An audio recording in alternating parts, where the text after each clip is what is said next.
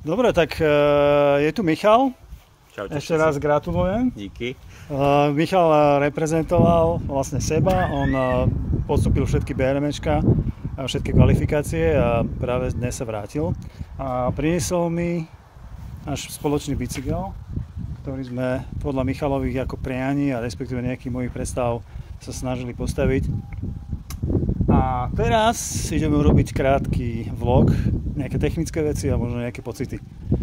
Tak poďme sa na pretek, ako už je známe, Paríž, Brest, Paríž, 1200 km a sa tam tuším našlapalo 11 km výškových. 11 km výškových, s tým, že prvý deň vlastne som startoval po obede o nejakej 5. nedelu, s tým, že sme to potiahol som až do Brestu. A sme prišli v útorok skoro ráno. Tam bol vlastne prvý taký spánok, tam sa spalo na stredoškolských internátoch, čiže klasická posteľ. Bola tam, áno? Super, ale super. 3 hodiny vydatného spánku a išli sme ďalej. A potom sa spalo na zemi a na laviciach. Tam záviselo, že v ktorom tom kontrolnom bode človek prišiel, čiže v tom ďalšom sme spravili fúžer, ale to boli 2 hodiny na žinenke v triede a potom sme to doklepli už do cieľa. 1200 km, tvoj čas bol 82,39 alebo 19? 82,39 tak nejak, 82,45 povedzme. Ale to je čistý čas, hej, čiže v tom sú všetky pauze, z toho bolo čistá jazda cca 55 hodín. A keď to porovnáš s tvojim predchádzajúcim? Bolo to o také 2 hodiny niečo pomalšie, vtedy som dal 79,45. Vieš to porovnať? Čo mohlo vlastne ťa spomaliť? Lebo predtým Michal bol na Canyon Endurance. Čo ma mohlo spomaliť je skôr taká únava z predchádzajúcich dní a týždňov, že som nebol dostatočne oddychnutý, lebo prvý deň bolo super, potom nastalo obrovské teplo, že boli 33 a Paríž bez Paríž to je vlastne neustále hore kopec, dole kopec, tam človek nejde rovno, možno posledných 100 km má nejaké žerovinu, čiže je to furt hole dole a pri tom výpeku to celkom dalo zabrať. Ale hlavne skôr únava. Ináč pneumatiky 35-ky parádne, na tom sa išlo jak... Ja som ich v poslednej chvíli musel vymeniť, lebo som zistil, lebo mal som René Hers a ja tlk mal som 38-čky a nakoniec tie 38-čky boli väčšie ako 40-ky, tie challenge strada, čo som tam mal, tak v poslednej chvíli som musel kúpiť tieto. A sú to vlastne 35 mm a naozaj sú 35 mm, čiže bol si s nimi spokojný, áno? Bolo to super, najmä aj na cesty, tam nie sú výtlky nič, ale oni majú taký hrubozrný asfalt, najmä v Bretonsku, čiže tie vibrácie sú tam parádne, takže tam to bolo fakt príjemné, o to ešte viac, že sú tubles, čiže na tom sa šlo dobre, dalo sa na tom aj ťahať, že keď sme chytili nejaký dobrý vláčik, tak sme vedeli z 37 proste. Ináč, aké si mal priemerku? Slabú. Ten prvý úsek, čo bolo do Brestu, bolo okolo 24 a ona potom postupne klesá. Má človek toho plné zuby. Takže, ale nešiel som na výkon tento. A vietor do huby, ne? Vietor vždy proti, hej, aj tam, aj späť. To poteší. Takže, ale nebol nejaký zúrivý, ono to zase bolo dobre, že aspoň fúkalo v tom teple, že mu bolo nejaké ovievanie. Takže to... No ale... Teraz vlastne mi povedz, že neviem, že sa tam jazdí na hocičom, sú tam aj také špeciály, sú aj lehokola, sú aj kapotážované, sú tam tandemy, sú tam triple tandemy a myslím si, že má význam jazdiť na Paríž na custom made špeciálnom bajku, napríklad tohoto smeru. Určite má, lebo celý Paríž bez Paríž je vlastne randonerský event. To nie je pretek. Randoner, presne tak. A toto je proste čistokrvný randoner. Čiže je to bicykel, ktorý má svoju pohodu. Není to akože mašina na rýchlosť, není, ale človek si to na tomto užije dosť dobre. Čiže má to podľa mňa zmysel. A je to presne taký event, kam ten bicykel patrí. Patrí, presne tak. Preto som aj do toho išiel. On pútal strašne veľa pozornosti cestou, lebo bol iný. Ľudia ho poznali aj z výstavy. No. Veľakrát som bol zastavený, že super bike. Aj že áno, že to je Concours de Machine bicykel, tak zastali, porozprávali sa, poobdivovali a zašli ďalej, ale nie len jazdci, ale aj tam je strašné množstvo okolo idúcich alebo fanúšikov pozdĺž trate, čo si nikto nevie predstaviť. To sa nedá vlastne ani vysvetliť, keď to nezažiješ. Ja to presne viem. Ja ti poviem, že ja som chodil do Francúzska na tieto súťaže Concours vyslovene len preto, lebo to má obrovskú tradíciu, to sa rezurektovalo v 2015 a teda je to rámarská súťaž, sú tam naozaj šialené nápady a šialené rámy a bicykle, čiže to bolo presne miesto pre mňa, ale ešte na Paríž-Brest-Paríž som nebol, už boli 2 edície, toto bola druhá. A keďže som dostal vlastne ponuku, že či môžem participovať, nemusím tam ísť, ja som vlastne, tak sme sa mi vlastne ako keby stretli, že ja som oslovil Slovak Randonneurs, že či tam nie je náhodou niekto, kto by vlastne chcel participovať a ty si sa prihlásil. A ty si ma vlastne poznal predtým. Ja som poznal, som od teba ťa evidoval, že vyrábaš bicykle, čiže keď prišiel ten dopyt od teba, to bolo asi že 10 minút, kým som povedal, že idem. Paráda. Lebo keď som bol v 2019 na Paríž-Brest-Paríž, tak som štartoval v skupine G, čo vlastne štartovala hneď za skupinou F, ktorá presne obsahuje všetky tie tandemy, trojbicykle, špeciálne bajky a podobne. Čiže sme ich dobehli a som sa rozprával s ľuďmi cestou, čiže som vedel, o čom to je. A určite som si to chcel vyskúšať, že nejak inak. Super. Takže teším sa, že som sa ozval aj že sa to nakoniec podarilo. Ja sa teším na našu ďalšiu spoluprácu. Pre všetkých momentov. Vlastne ja som ako keby Mišovi ponúkol ambasadoring, tak teda odmakal si to. A ako už viete, DI2 vypovedala tento zvláštny setup. DI2 totiž to vypovedala službu, keď si mal BRM 600. 600, áno. Že proste skápala na prvých 100 km a odtedy, prosím pekne, Michal šlapal na 48 a na kokátke to bolo vzal. Asi takto to bolo vzal. 20, 22? Ne, to je nejaký stredný, neviem, čo tam je. Takže vlastne Michal išiel 500 km na pevnom prevode fix gear, lebo tam sa nedá preradiť, keď to vypovedá alebo niečo vybuchne.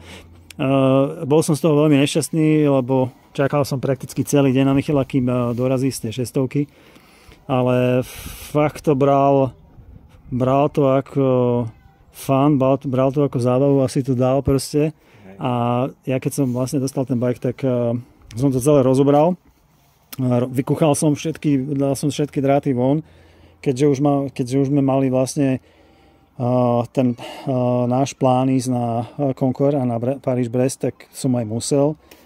A predtým som tam mal iné riadidlá, totiž to nemohol som vlastne previesť ako keby ten wire, teda ten káblik vnútrom riaditeľ do ďalšej páky, ale som to viedol vonkajškom a tuto to tlačilo. Tu tlačil ten káblik od ten predstavec a tam sa to nejak cvaklo alebo čo. A keď som vymienal všetky dráty a skúšal vylúčovacou metodou, že kde asi problém je, tak som zistil, že ten najdlhší, tá 1200, čo ide do sedlovej ruky, bola cvaknutá a to bol jediný ten problém. Ináč, samozrejme, že keď som to vymienil, tak všetko fungovalo. Ešte raz poviem, toto je vlastne veľmi bizárny setup. A to v tom, že toto je Ultegra DI2 spárovaná s GRX-om, GRX prešmikom, ale pozor, teraz tu máme vlastne štvorhrán,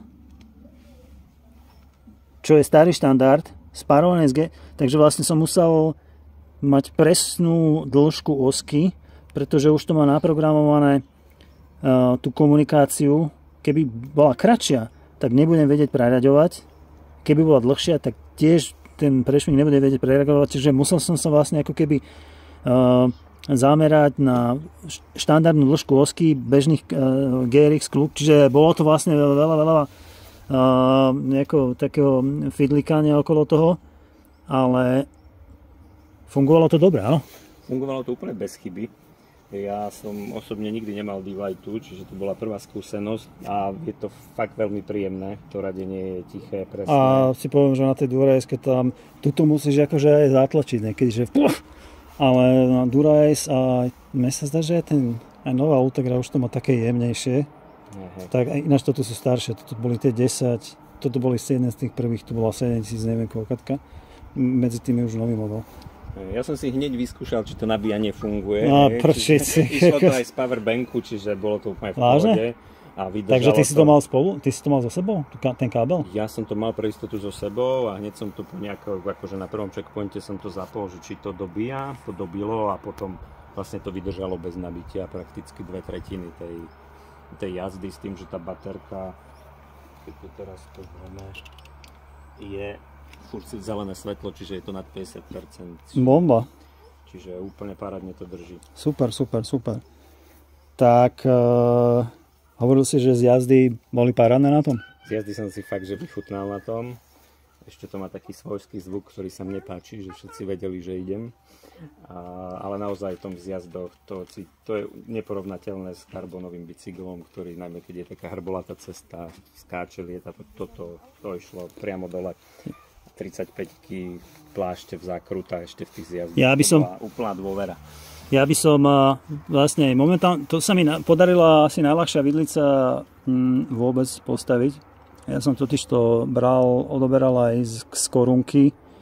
Potom je tam špeciálne vyfrezovaný krk, čiže stýrer.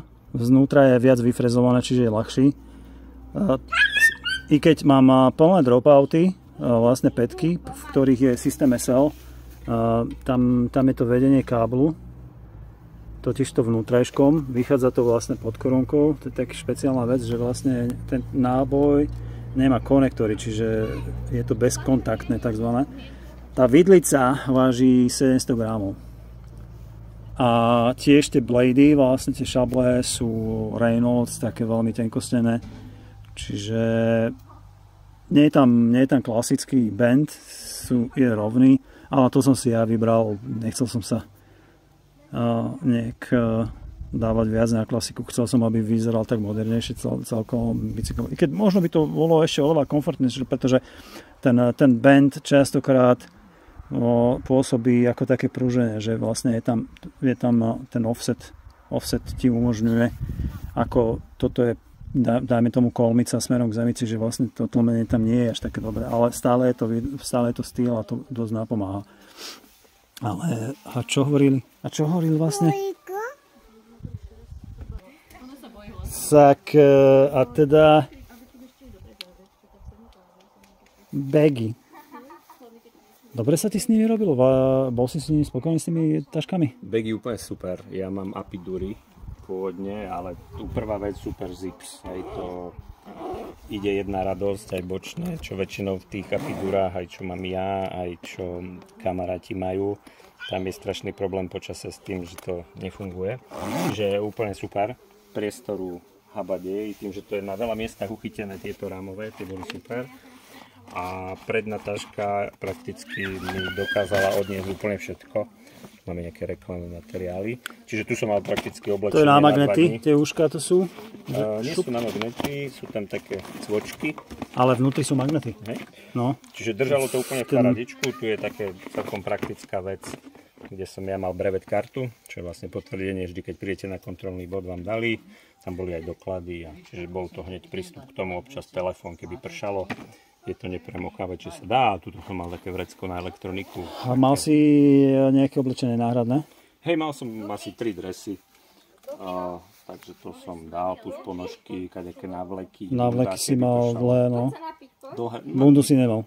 Bundu som mal, ale takú tenkú gore proti dažďu. Našťastie nebolo treba.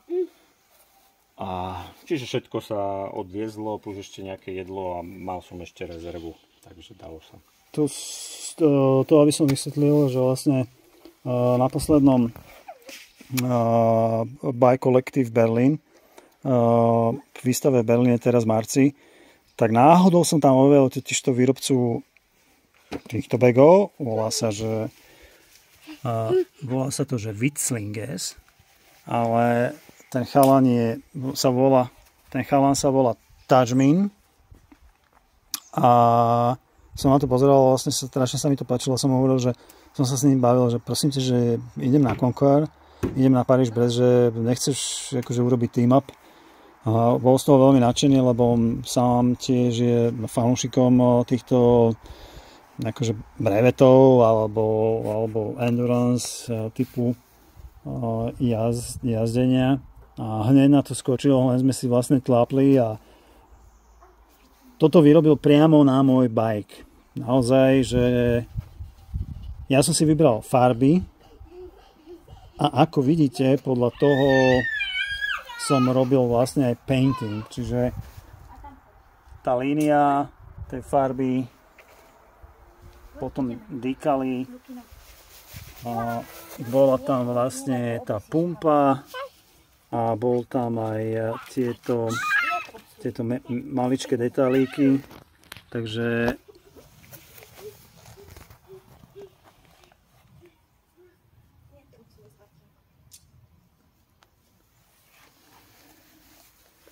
áno, takéto výrezy som tam spravil. K tomu, na to som urobil samozrejme, že special rack, čiže ten nosič. Dobrá vec je, čo napríklad klasické buggy Berdo nemajú, a to je, že sa to dá krásne uchytiť zo spodu strapom. Čiže vlastne to ti zabraňuje ako keby vypadnutiu, keď si v teréne.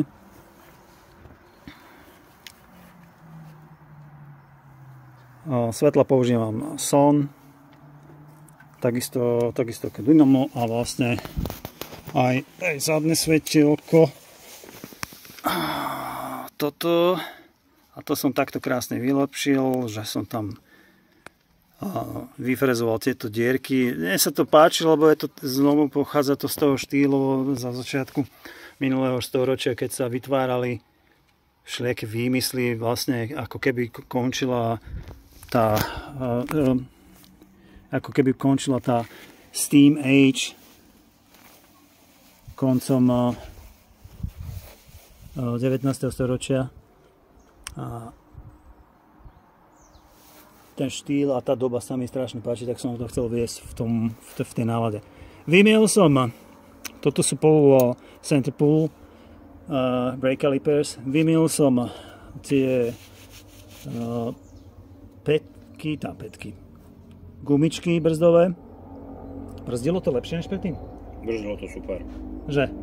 Aj predtým to brzdilo dobre, ja osobne som... Ale toto sú že nejaké špeciály. Som to vydoloval na internetoch, že to sú nejaké špeciálne, že vraj tieto ešte originálne brzdia oveľa lepšie, tak som ani neváhal, tak som to našvácal. Dobre si urobil. Áno. Vieš čo? Ja stále som na takom rozhraní, že aj rim brakes, aj disc brakes, mám obidve, viem, čo to ponúka, ale niekedy ten feeling je taký, že radšej dám rim brakes.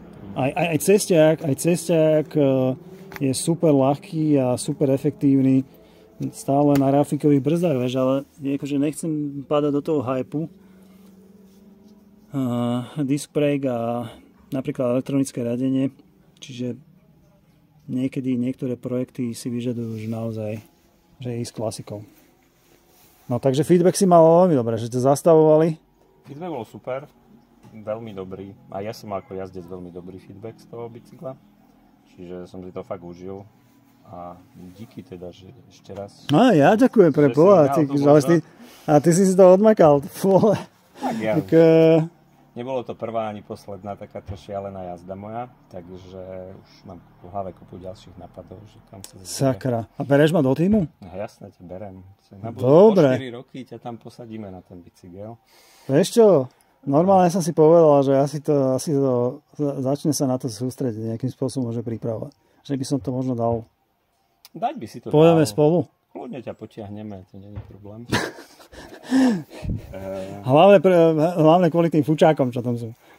Miešo, dávaj, chod opredu. Tam je to len o hlave, že keď chceš. Ja viem. Však prosím ťa, Ja neviem, kto by to prežil, keď niekomu vypadne D2 a ťaha 48, ja neviem koľko. Fix gear. Strašné. Tento rok urobili novodobý rekord na PBP v jazde. Američan Nick DeHaan to dal za nejakých 42 hodín, niečo. Priemerku asi 30. No. Ty vole. Lebo Rakúšania mali vlastní na WhatsAppe grupu, mňa tam pridali, ale na čítanie. A najrýchlejší Rakúšan došiel 44. Čo ten bol tej prvej 10? 44 200 km. Ja neviem. To musíš jazdiť, aby si vedel, že čo si všetko musíš odriecť. Hej. Že? Ale to sú takí, že oni už majú support tam, na tých checkpointoch ich čaká auto, že oni len výjdu, idú si dať opečatkať kartu, im zatiaľ vymenia, všetko im vymenia. To vážne? To je dovolené? Tam na tých kontrolných bodoch to môžeš, hej, a musíš to nahlásiť vopred, že to ideš, ale väčšinou to sú supported jazdci, takže, ale predtým držiteľ bol Björn Lennart, ktorý to dal akože sám len tak, že išiel, všetko si niesol so sebou, všetko si zabezpečoval sám, keď potreboval vodu si ju zohnal, čiže on bol, dá sa to aj bez toho, keď je človek dosť dobrý. A čiže Paríž-Brest-Paríž má svojho víťaza, alebo je to o... Paríž-Brest-Paríž je vlastne najznámejší pretek, ktorý sa nedá vyhrať. Aha, čiže ty vlastne odjazdíš. Ty to len odjazdíš, to je klasický brevet, že tam je len časový limit, v ktorom to máš splniť, čo si môžeš vybrať, bude 80, 84 alebo 90 a ideš. Hej, a keď ho nesplníš, keď si vyberáš 80 a prídeš 81, tak si ako keby nesplnil si brevet, čiže si akože došiel si, ale nie si finisher oficiálne. A napadla ma taká šeštená vec. Ty vieš ísť z Paríž-Brest bez toho, na tej trati, bez toho, aby si bol kvalifikovaný? Že by si nemal vlastne oficiálne číslo? Boli tam takí? Čo iba išli akože? Asi neviem, akože stretávaš veľa cyklistov, ale to sú väčšinou nejakí lokálni. Ako ísť môžeš, ale prečo by si to robil, keď môžeš ísť v rámci akcie? Oni nepustia ťa na checkpointy, tam je kontrolovaný chápem. Že len pre cyklistov, tam sú strážené bicykle, čiže dá sa takto. A plus tá trať sa každý raz mení trochu, býva to raz za 4 roky. Mňa možno troška strašiť vlastne ten fakt, že ty musíš prakticky ešte na začiatku sezóny odjazdiť všetky brevety, 200, 400, 200, 300, 400, a 600. Ty by si už mal čo najdlhší brevet dojazdiť rok predtým, lebo podľa toho najdlhšieho máš otvorené okno, kedy sa môžeš prihlasovať a tým samozrejme, že všetci si berú tie čo najskoršie starty. Čiže keď už máš povedzme iba 200 km alebo žiadny, tak už tento rok bolo riziko, že si sa nevedel ani prihlásiť, že sa vyčerpali miesta. Čiže ideálne je rok predtým si dať aspoň tú 300, 400, že nech vieš, čo to je. A ideálne aj 600, aby si zažil, čo je to jazda v noci. A potom tých 200, 300, 400, 600 je podľa mňa nevyhnutná príprava, že vieš, čo ťa čaká. A ono väčšinou sú v máji a v júni sa to kulminuje, čo je tak 2 mesiace pred štartom, čiže to ti len pomôže potom na trati. Zvieratá. Že to je taká prírodzená čisté zvery. Selekcia, že nech tam nejdú ľudia, ktorí nemajú skúsenosť s dlhou jazdou na bicykli. Tak všetky tie... A potom je vždy nejaký Lantern Rouge, ktorý drží vzadu, že väčšinou je to Jakub, zdravím ťa Jakub, ktorý proste zoberie. Ale aj keď príde niekto nový, tak väčšinou... S bičíkom nenaháňal. Nie, keď aj niekto taký nový je, že si moc neverí, tak sú tam my, čo viac to jazdíme, že si ich zoberieme tak pod krídla a nedovolíme im upadnúť v hlave. Paráda, no ďakujeme. To budem asi potrebovať. Ale to natrénuješ. Ja viem, že to je o tréningu. Ale celkovo vlastne tá francúzska vec okolo bicykla, to je úplná pecka, ne? To niekdy nemôžeš asi zažiť. To niekdy, vlastne Paríž-Brest-Paríž, pre mňa je, že Francúzsko je krajina, kde vznikol bicykel, taký no, môže sa to tak nazvať, áno. Skôr taký, že mal takú väčšiu obľúbu a s tým, že Paríž-Brest-Paríž je vlastne najstaršie podujatie na svete, cyklistické. Tá prvá séria sa šla 1891. Áno, vieme.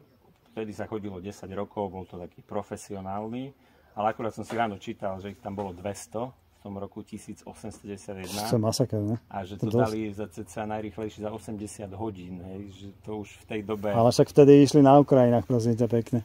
Hej, ale to boli väčšinou závodníci, že ešte vlastne Tour de France začal až neskôr. Áno, presne. Takže jazdiť v tom Francúzsku, aj to Paríž-Brest, ja som išiel aj Londýn, Edinburgh, Londýn, čo je ešte dlhšie, čo je 1700 km, ale tá atmosféra na trati sa nedá s ničím porovnať. Hej, tam ťapkajú ľudia popri trati v noci o 3:00 ráno. Oblievajú ťa vedrom vody, ne? Majú stánky pri ceste, kde sa zastavíš, ti dajú vodu, najesť. Víno. Tam palacinky, v dedinách aj víno. Víno, áno. V dedinách majú normálne, že šiatre, tam hrá hudba, pote, grillujú tam, dajú ti Sakra, tak oni si to dobre užívajú. A za mňa úplne najkrajší checkpoint je Villaine-la-Juelle, čo bolo aj miesto, kde končili nejaké etapy Tour de France. To ti možno pošlem video, aby si to tam dal vidieť. To je dav ľudí, kordón, ktorý všetci povzbudzujú, je tam moderátor, ktorý robí rozhovory s jazdcami a to tam trvá 2 dní. A fakt, že to sú stovky ľudí popri trati a všetci proste držia palce. Musíme to niekedy zažiť. Hej, kto nezažil, to ťažko sa to vysvetlí, ale to sa dá zažiť na bicykli, ak nie je človek profík, tak asi iba tam. Takže to nie je len na miesta, ale to aj fakt pozdĺž tej trate, ten Paríž-Brest, celá tá trať tým žije, že tam je, každá dedina má nejakú výzdobu bicyklovú, detská v školách majú nejaké úlohy, urobiť nejaké nápisy a je to vyvešané pozdĺž trate, čiže fakt je to veľmi príjemné. Fú, áno, si ma nabudil. Si ma veľmi nabudil. A ináč, túto farbu som namiešal, ja ešte len poviem niečo k tomu vzťahu medzi bágalami a rámom. Tú farbu som miešal priamo k tým taškám a zdalo sa mi to také obyčajné, tak nakoniec som ešte nanesol na to vrstvu Purple Ghost Tech. To je vlastne ako keby taký hologram, on to flipuje. Čiže v jednom uhle to hádže vlastne taký ružový alebo purpurový odtieň. Lepšie je to na slnku, ale teraz akurát nesvietí. Nie je tam priamy sviet, čiže ligoce sa to na purpurovo. A to mi ináč na Instagrame hneď písali, že prvý deň, ak si tam prišiel, videli sme tvoje bicykel, že bol tu nejaký chalan s ním, že keď prešiel okolo mňa, som na takú úplne krásna farba. Ja, no, že dobre, že som to tam dal. Možno by si to ani nevšimol. Tak je znovu trošku iný, samozrejme. Neviem, ako som dopadol, ešte zatiaľ nemáme oficiálne výsledky. Ja som nemal ani nejaké predstavy, že možno ani tomu nerozumiem, jak to celé funguje stále, že proste Francúzi majú svoje veci. Každá jedna súťaž Concours des Machines má nejakú tému, oni majú nejaké expectations. Viem, teraz vyhral Gamori, druhý bol Purple Log, Nikola, obidvoch poznám a obidvoch viem, že na týchto bajkoch, na tohto ročnú edíciu fakt makali. Sledujem ich odkedy som bol na Concours v 21. Oni tam boli tiež. A teda naozaj makali. Ja si myslím, že je to well deserved, ale znovu to bodovanie je mi stále nejasné, ale však to je jedno. No. Hlavne, že Michal bol spokojný a že došiel. Čiže bike je tu, má za sebou ďalší zárez. Ináč mimochodom, toto bol bike, ktorý bol na Philadelphia Bike Expo, čiže Philly Bike Expo. Celý som ho dal dole, celý som ho prerobil kvôli tým báglom. To je totižto, oni majú už vlastne bosses, čiže je to naskrutkované, nie je to straps, nemám to rád.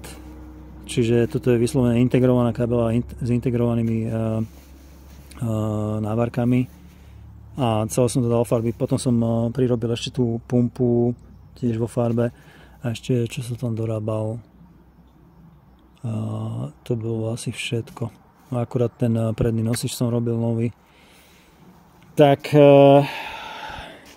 Michal, Staň sa môjim ambasádorom, kamarát. Tak stávam sa, keď sa neodmieta, takže díky. Tak budem sa tešiť na ďalšiu spoluprácu. A ja sa teším. A dúfam, že si zajazdím aj ja konečne. Lebo naozaj si to vyžaduje teda odhodlanie a dosť ten nejaký, že timing a vlastne si nejak tu celé načasovať, čo nie je častokrát jednoduché, ale ja sa budem tešiť, keď sa mi niečo podarí za 4 roky. Je ďalšia edícia totižto Concours des Machines a ja už mám teraz nápad,